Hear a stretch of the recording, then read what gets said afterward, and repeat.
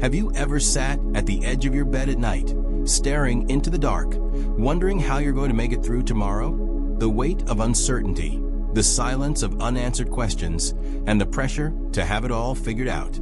These things quietly pile up. For some of you, tomorrow isn't just a date on the calendar. Tomorrow is the looming bill you don't know how you'll pay, the job interview you're afraid you'll mess up, the relationship that's falling apart, the diagnosis you're waiting on. And in those moments, fear whispers that you're not ready, that you're not enough, that you're walking into something too big for you to handle. But I want you to hear this. God has already walked into your tomorrow. He's been there. He's stood in your future and prepared exactly what you will need. That job interview? He's already softened the heart of the person who will greet you. That hard conversation? He's already given you the words, even if you haven't discovered them yet. That medical report? His comfort and peace are waiting for you, no matter the outcome. The truth is, you are not heading into the unknown. You are walking into a place God has already filled with His presence. And even if it feels like darkness surrounds you, you're not walking blind. Because He is the light that dispels the shadows. You don't have to see the whole path to take the next step. You just need to trust the one who holds the map. And here's the beauty of it. If you trip along the way, He won't shame you. He won't say, "I told you so." No, He will catch you.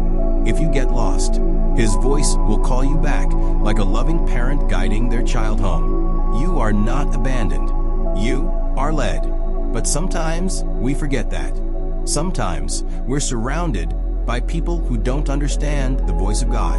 They say, "If He's real, where is He? Why can't I see Him? Why doesn't He prove Himself?" And in those moments, it's easy to shrink back, to doubt, to keep quiet about your faith. But deep down, you've felt His presence in ways words can't explain. Maybe it was in a moment of heartbreak, and suddenly a peace you didn't earn washed over you. Maybe it was a tiny answered prayer, a whisper of love in a crowded world. That was Him, and you know it. So don't let your story go untold. Don't let fear convince you that your testimony isn't big enough or miraculous enough. Because your story matters. That time you held on even when everything inside you wanted to let go. That's your testimony. That night you chose prayer instead of panic. That's your testimony. That morning you got out of bed when depression said, "Stay down." That's your testimony. And when you speak from that place of real, raw faith, God breathes power into your words.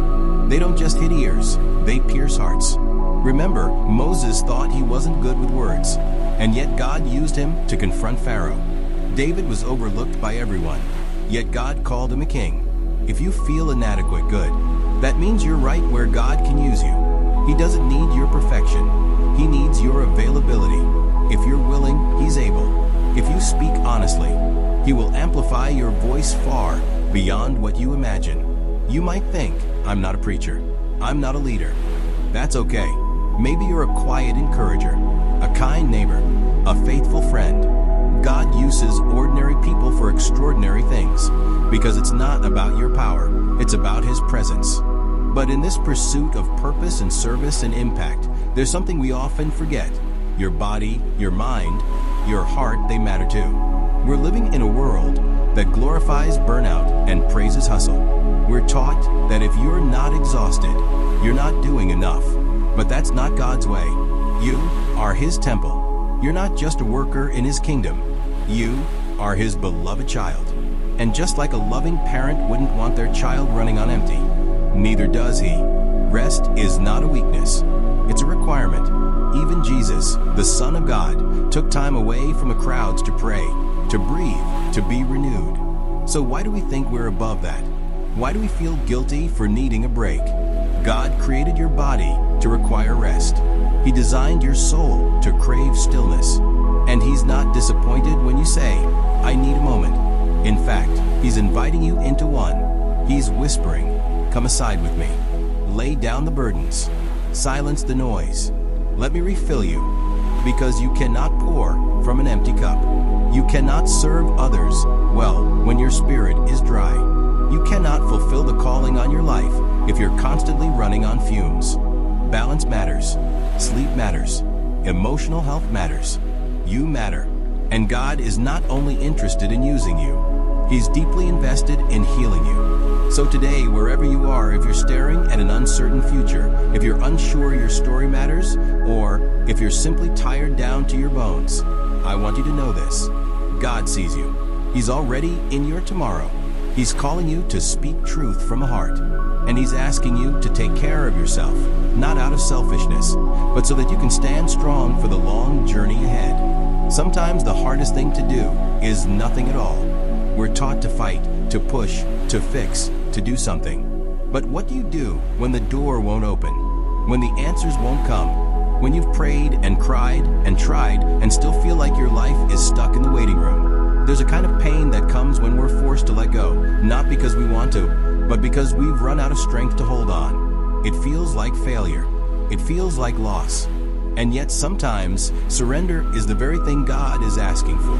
Letting go is not giving up, it's giving God room to move. You see, there are some things we hold onto so tightly, relationships, dreams, habits, even pain, that our fists are clenched and our hearts are closed. And God is saying, if you would release what you're gripping, I can give you what you really need. But we struggle.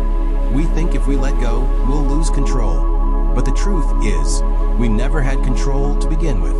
Let go of trying to fix what's not yours to fix. Let go of forcing someone to love you, of carrying guilt that God already forgave, of trying to prove your worth through achievements. When you release those things, it's not weakness, it's wisdom, it's trust. It's saying, God, I don't know how to fix this, but I trust you do. That is faith, not loud, not showy, just real and raw and surrendered. And in that surrender, God begins to move. But here's the thing, after you let go, the silence often comes.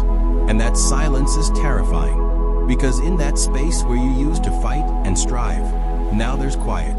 And it feels like God has gone silent too.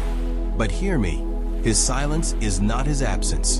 In fact, some of the most important things God does in us happen in the quiet. There will be seasons where your prayers feel like they're bouncing off the ceiling, where the people you thought would understand don't, where your heart cries out, God, are you still there? And in those moments, the enemy will whisper, He's left you. He's done with you. You've missed it. But the truth is this, God is never more present than when He seems silent. Like a master teacher during a test, He's watching closely, not to catch you failing, but to help you pass, to grow you, stretch you, refine you. It's in the silence that your roots go deep.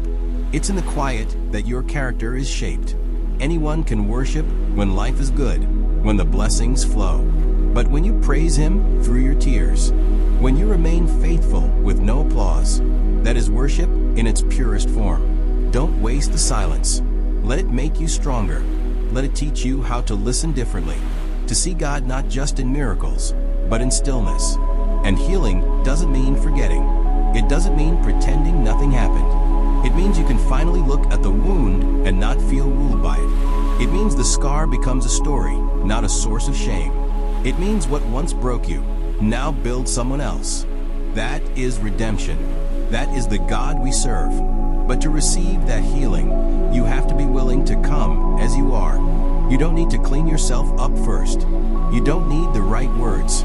Just bring your pain, bring your anger, bring your questions. God is not afraid of your mess. He doesn't flinch at your doubts. In fact, He welcomes them. He holds you through them. Because to Him, you're not a problem to fix.